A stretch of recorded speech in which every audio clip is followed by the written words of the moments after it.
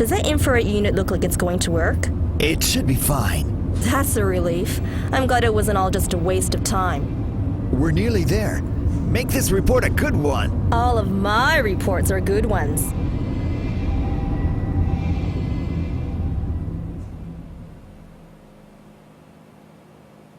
Take a look around, viewers.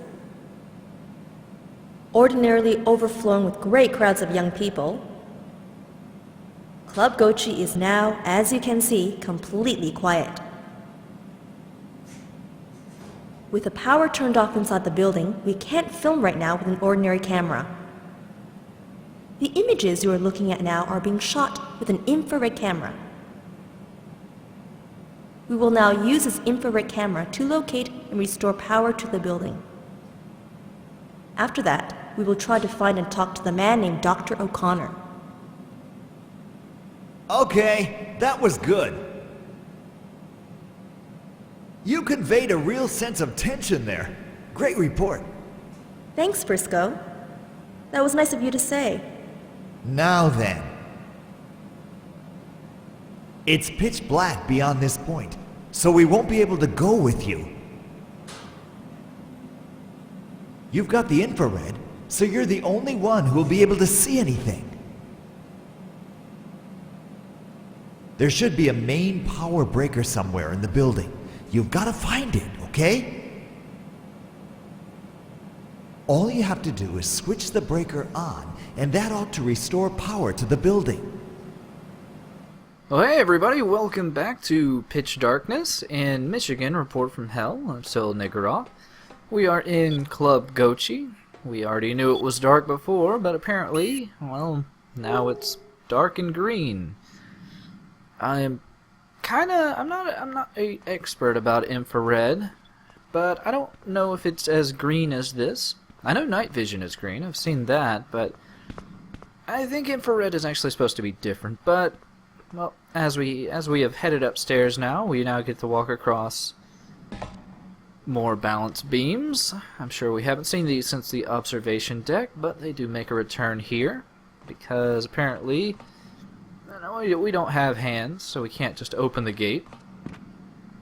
But there is absolutely no danger. We can't fall off and get stuck on the dance floor or break our neck or anything like that. It's just a nice little gingerly stroll. And we actually want to take a right first, because there is a little bit of a secret waiting for us over here. It's kind of hard to tell in the dark, but this gate is actually kind of open, which means, well, we can open it. And in the darkness, it may be even harder to see, but on the top of this crate is a VHS tape.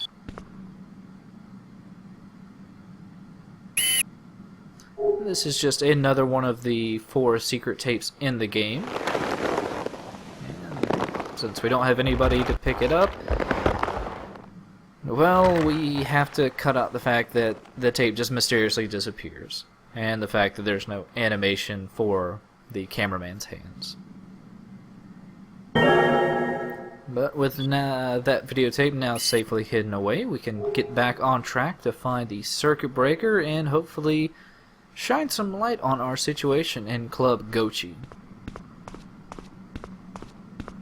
I will say that the darkness does add some bit of ambiance and scariness to everything, but we actually don't get the darkness for too long.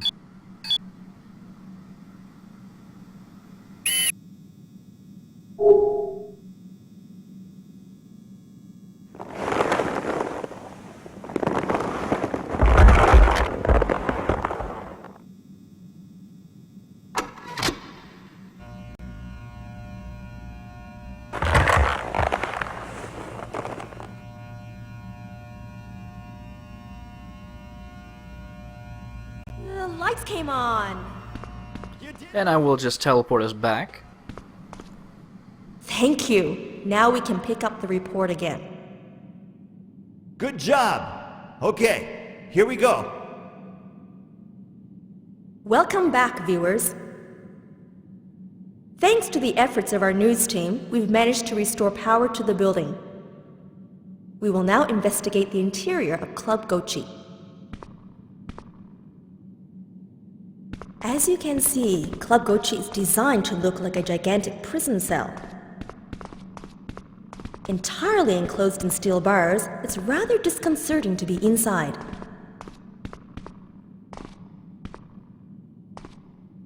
But these days, Club Gotchi is a popular night spot with a hip young crowd. For some reason, I'm highly doubtful of that.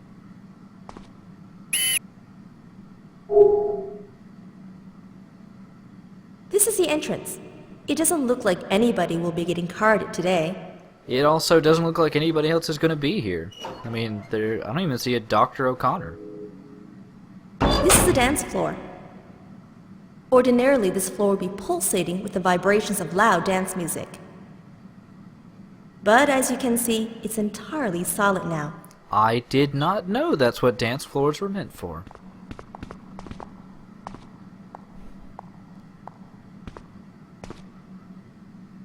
This is a stage.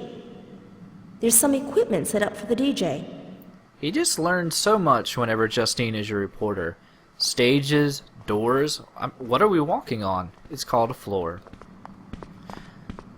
But yeah, Justine takes a very roundabout way around Club Gotchi and decides to stare at some random stuff. It's a bit confusing what she's looking for. Maybe she thinks Dr. O'Connor is a miniature man and is hiding somewhere in the speakers.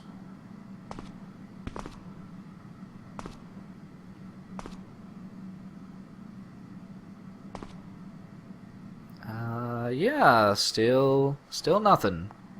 We actually don't get our first bit of something until we reach the bar.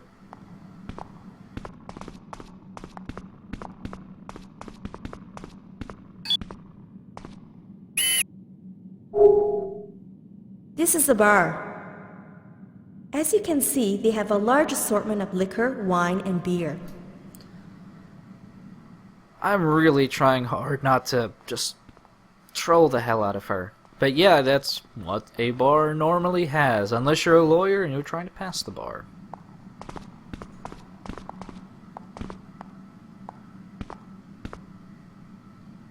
This is a control room. This is where they control the sound throughout the club by using this computerized system. Good to know. There actually is a very good reason that we're being shown all this in the slowest way possible, but it will all pay off soon enough. But as we have covered everywhere else, there's actually only one other place we can check, which is this door that Justine was standing next to earlier. Could that room beyond the stage be the VIP room? Could very well be the case. It would be the loudest VIP room ever, but it actually looks like there's someone sitting inside.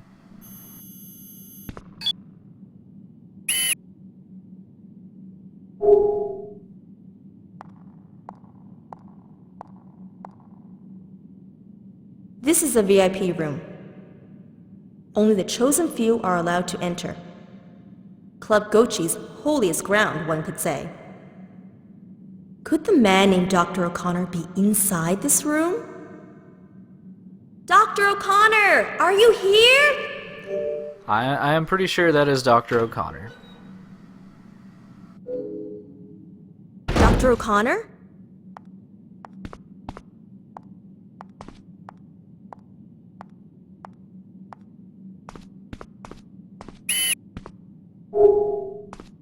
He's here! You're Dr. O'Connor, aren't you? What's this? Who are you people? You there, turn off that camera. I'm Justine Rhodes from Zaka TV. Dr. O'Connor, would you allow us to interview you? What in the world are you talking about? You're making absolutely no sense.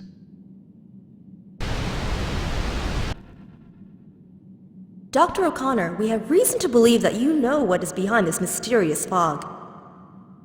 What is causing the gruesome monster attacks all over Chicago? We want to hear the truth directly from you. I have no idea what you're talking about. Why on earth are you bothering me? This is completely outrageous. You were supposed to meet a man named Glenn Buckland here, weren't you? Huh? How did you know that? Did you talk to him? Why isn't Glenn here? He's dead. What? Glenn? He was killed by a monster. He was attacked in the basement of the library. We tried to save him, but... I see. And you want to know more about what killed him, is that it? So you do know something, don't you? I'll tell you about it then. The monster that killed him is the military, the government, and Zaka Group. What are you trying to say? That the military, the government, and Zaka Group are behind everything that's been going on? Trying to use that brain of yours, are you?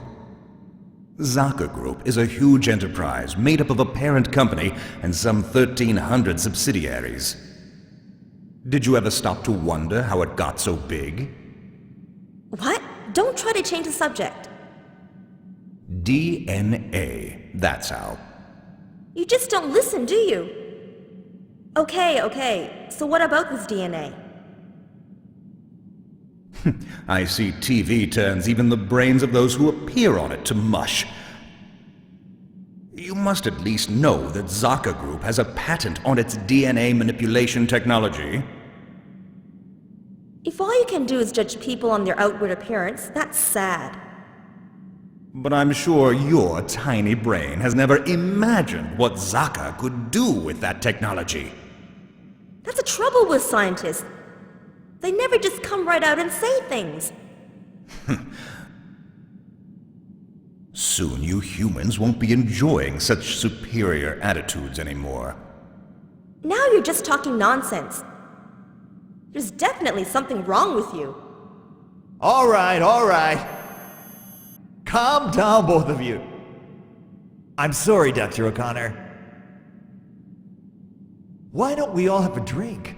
We can talk again after we've had a chance to relax. Why do all of you turn to alcohol in every situation? Usually you hold yourselves in check. But then you use alcohol as a crutch and expect it to solve all of your problems. Isn't it all rather ridiculous? Besides, my body can't process alcohol anymore. In the end, no matter what I tell you, it's not like it'll save you from getting infected. What is this lunatic talking about? You be quiet, Briscoe. Dr. O'Connor, what do you mean by infected? The virus. Virus? What virus? Is your head an empty shell as well? The virus is what's behind everything that's been going on here in the city. You've seen them, haven't you? The people being transformed. Now hold on 1 minute. Are you saying people are turning into monsters because of a virus? Now you're finally beginning to catch on. Biological weapons? What in the world could you be thinking? Making viruses on purpose? Why would anyone do that? Isn't it wonderful? It's the latest form of bioweapon. The enemies are infected by the virus, and they turn into monsters and start killing each other. Its beauty is in its efficiency. Wouldn't you agree? But I'm afraid this virus has been a failure. Those infected can't be controlled and their sense organs degenerate. They display excessive reactions to loud noises, which attract them. They just don't make good weapons. How did the virus get spread all over Chicago? I don't know. Come to think of it, a small unidentified plane crashed into Lake Michigan a week ago. Do you think that could have been... Yes, it very well could have been. Don't tell me you don't have a way to stop the spread and development of this virus. This guy is completely bonkers. Of course there's a way. When making a virus, you obviously want to make a vaccine at the same time. This vaccine prevents people from getting infected in the first place. For those who have already turned into monsters, the vaccine euthanizes them mercifully. If you have a vaccine like that, why don't you use it? The military carried off most of the vaccine. They took the lab animals too. I think they said something about transporting everything by train. They promised joint research, but they stole it all without contributing a thing. That's why I just can't trust the military. This guy is insane! Hey, give us that medicine! There's still time to save everybody!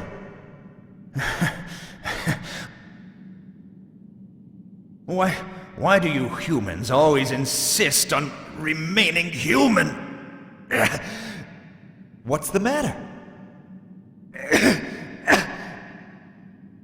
It looks like the symptoms of my infection are beginning to show. I have the vaccine right here. Then why don't you take it? I don't want it. It unfortunately can't be used in its current form. So what are we supposed to do? Why do you want to know? You want to play hero? Just tell us. What can we do? The virus I created. It's now here, inside my own body.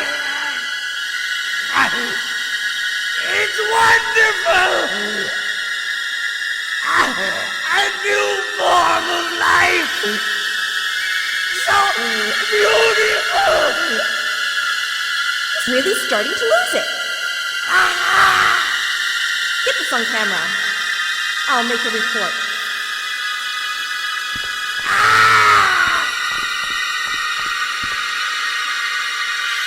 Have a look at this, viewers.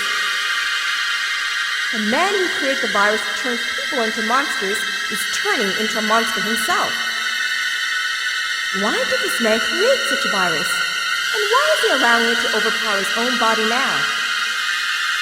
Could it be that the guilt he carries inside himself for his sins is making him do it? Hey! That's enough! Run already!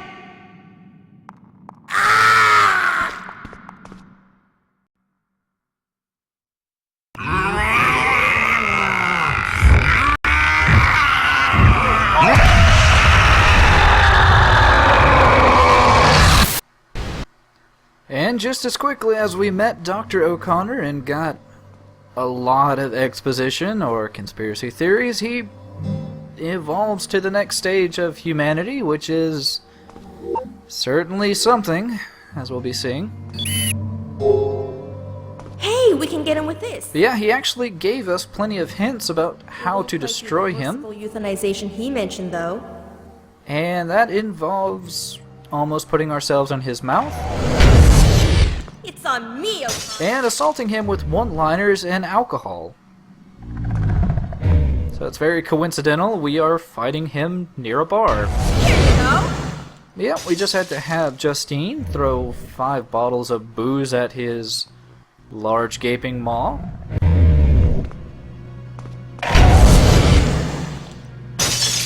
You can't have had nearly enough to drink. And you do have to be careful because he will kill you.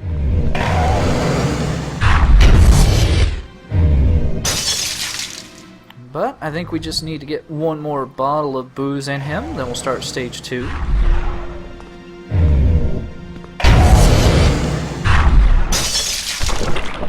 Damn, this guy has some bad drinking habits. Now that he is distracted and realizing where the bottles came from, we can run to the control booth and turn on some sweet music.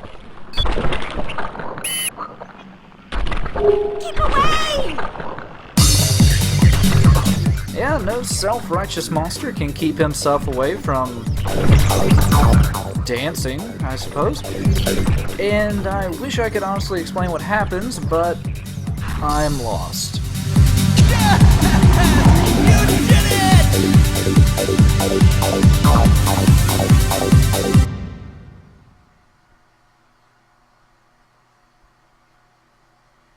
So there you go, Sokka is working with the military. We have to find the military, and guess what? What a scoop!